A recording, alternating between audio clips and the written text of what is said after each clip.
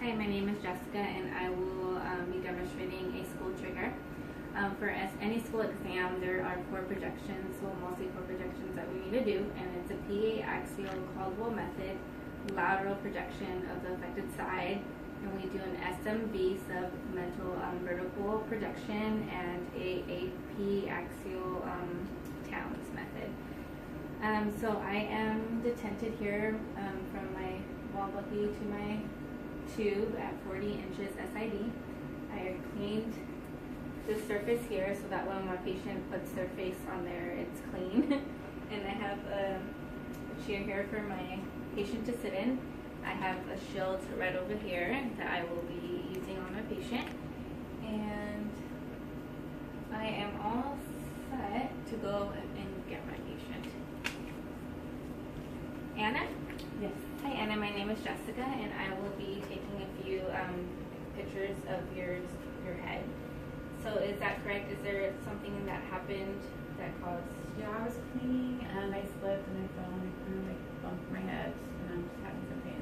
Okay. Can I get your full name, please? Anna Gonzalez. And your date of birth? March 12th, 1981. Okay. And also, I am by law, I have to ask, is there any chance that you may be pregnant? No. Okay. So what we're going to have you do is take off any earrings, necklaces, any hair ties, pins, or anything that you may have in your hair, and just go ahead and set them on this table right over there. And I'm going to go ahead and start setting up. And when you're done, you can just have a seat on this chair. Okay? So she's good. Go. Okay, so now I have my patient in a PA axial projection Caldwell method.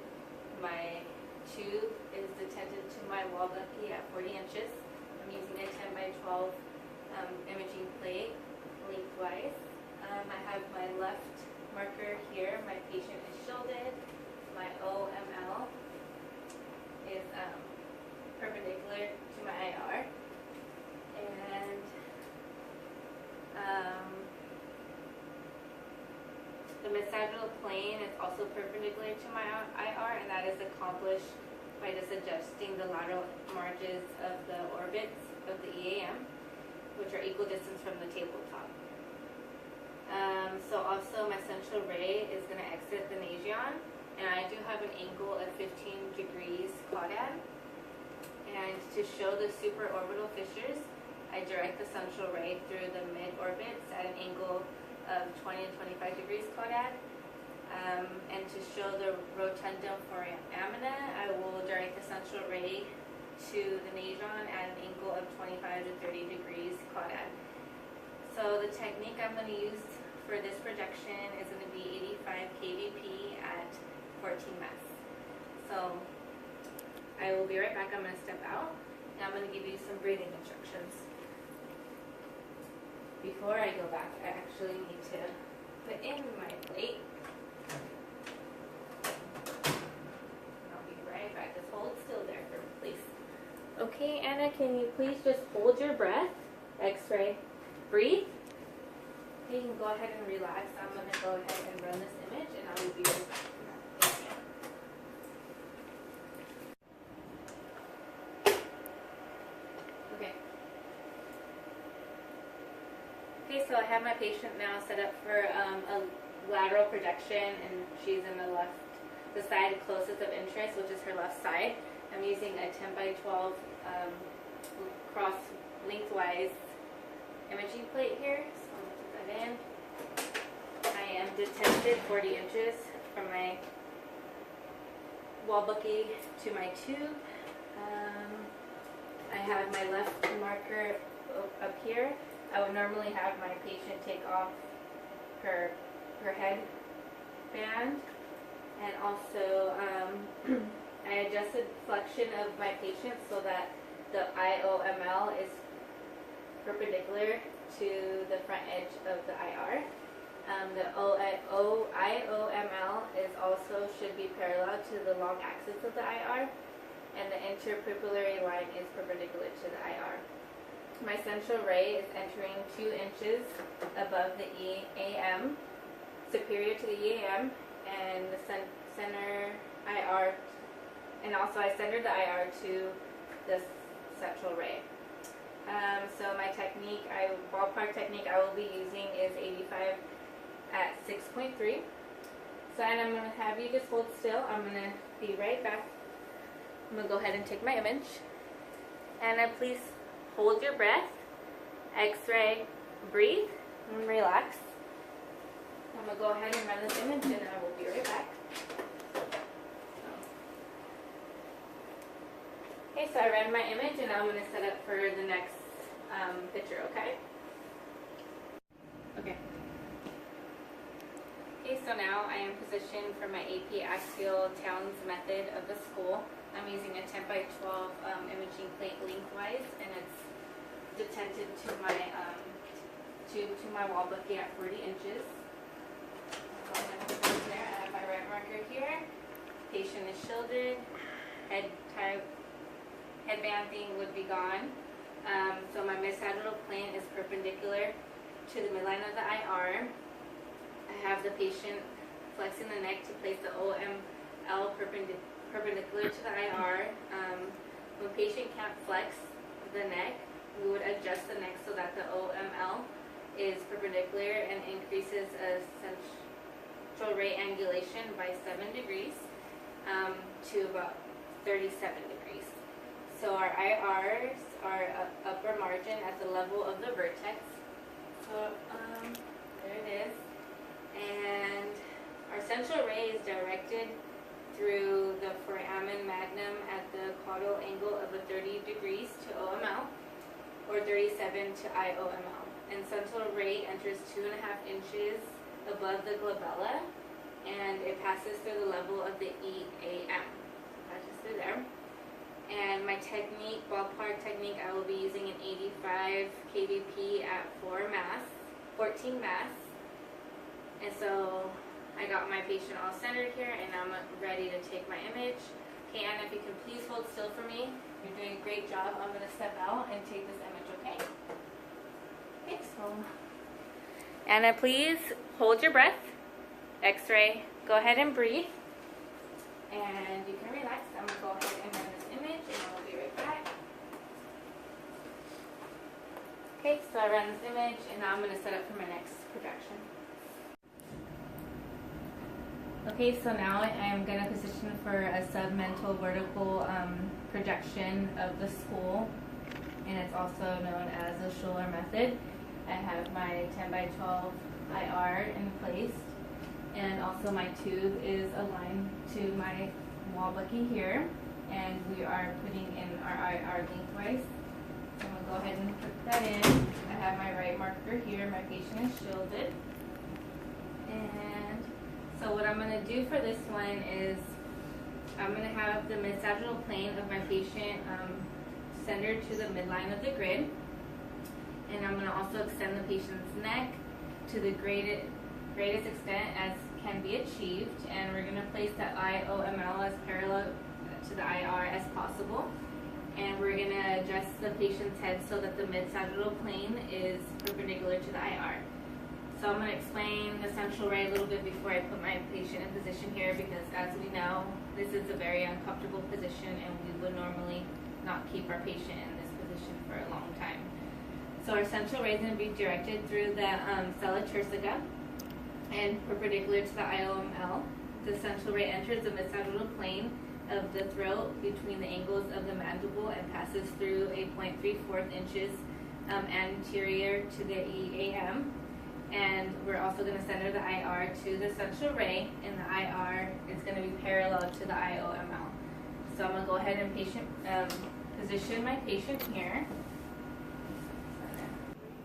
Okay, so my patient is now in position, and like I mentioned before, we don't want her in this position for a very long time. So Anna, you can please hold still. I'm going to use a technique of 85 at 28. Anna, please hold your breath. X-ray. Okay, go ahead and breathe and relax. I'm going to be right back. I'm going to go and run this image, okay? Okay, so I ran the image and it's all cleared. Okay, Anna, so I'm going to go ahead and send all these images to the doctor. I think he should be in contact with you shortly. Thank you. I can get this for you. Have a good day. This is my PA axial projection of the skull, Caldwell method. We have evidence of proper collimation. The PA axial Caldwell demonstrates pitches pyramids lying in the lower third of the orbit. We do see that the entire cranial perimeter is showing 3 distinct tables of squamous bone. Penetration of frontal bone is with appropriate brightness at lateral borders of the skull. We also see that the entire cranium is without rotation or tilt, and we know this by the symmetric Petrus ridges, the equal distance from the lateral borders of skull to lateral borders of orbits on both sides, and that the MSP of cranium is aligned with long axis of the collimated field. So a little bit of anatomy. We have our front sinus here, our crystal galley, our superior orbital margin, superior orbital fissure right over here, our ethmoid sinus, the Petrus ridges right here, and then we see the inferior orbital margin along here. So this is my AP axial skull town method with the 30-degree central ray angulation to OML. So we have evidence of proper collimation. We said dorsum sellae and posterior glenoid process are visible within foramen magnum. Penetration of occipital bone with appropriate brightness at lateral borders of the skull. We know that the entire cranium is without rotation or tilt because we're able to see the symmetric Petrus pyramids. The MSP of cranium is aligned with the long axis of the collimated field. And we have equal distance from lateral borders of skull to lateral margins or foramen magnum on both sides. We have a parietal bone up there, our occipital bone, our foramen magnum, our Petrus ridge, our posterior glenoid process right over here, and our dorsum sellae, whatever, is right over here. So this is my left lateral projection skull. It's a little blurry here. But anyways, our evidence, we have evidence of proper collimation. The entire column is without rotation or tilt. And we know this because we have a superimposed TMJs, superimposed mastoid regions and EAM, superimposed orbital roofs and greater rings of sphenoid. We have the sella turcicle in profile. And also we have penetration of parietal region, and there's no overlap of cervical spine of the mandible. And also, let's see, the supraorbital margin is right over here. We have the sella turcica right over here, the EAM. We have the temporal mandibular joint right over there, and the Petrus portion of the temporal bone. It's right behind here. Oops, right behind here. So that is my evaluation for the left lateral projection of the skull. So this is my SMV projection, which is the submental vertical projection, which is also known as the Schuler method. So some evaluation criteria. We see that the IOML is parallel to IR, and the full neck is extended, and this is, we know this by the mental protuberance is superimposed over the anterior frontal bone. The mandibular condyles are anterior to petrosae. And we also have evidence of proper collimation. The brightness and contrast is sufficient to demonstrate the cranial base anatomy. And then also we have the entire cranium without tilt or and it's demonstrated by the equal distance from the lateral borders of the skull to the mandibular condyles on both sides. And we have symmetric petrosae. So a little bit of anatomy. We have the maxillary sinus right over there, the ethmoid air cells. We have our mandible, sphenoid sinus along here, foramen spinosum. We have our mandibular condyle. We have our dens right along here, and then we have our Petrosa, mastoid process, and our occipital bone. And that is my evaluation criteria for the SMV projection of the skull Schuler method. Okay, so my patient is now in position mentioned before, we don't want her in this position for a very long time. So Anna, you can please hold still. I'm going to use a technique of 85 at 28. Anna, please hold your breath. X-ray. Okay, go ahead and breathe and relax. I'm going to be right back. I'm going to go and run this image, okay? Okay, so I ran the image and it's all cleared. Okay, Anna, so I'm going to go ahead and send all these images to the doctor. And he should be in contact with you shortly. Thank you. I can get this for you. Have a good day.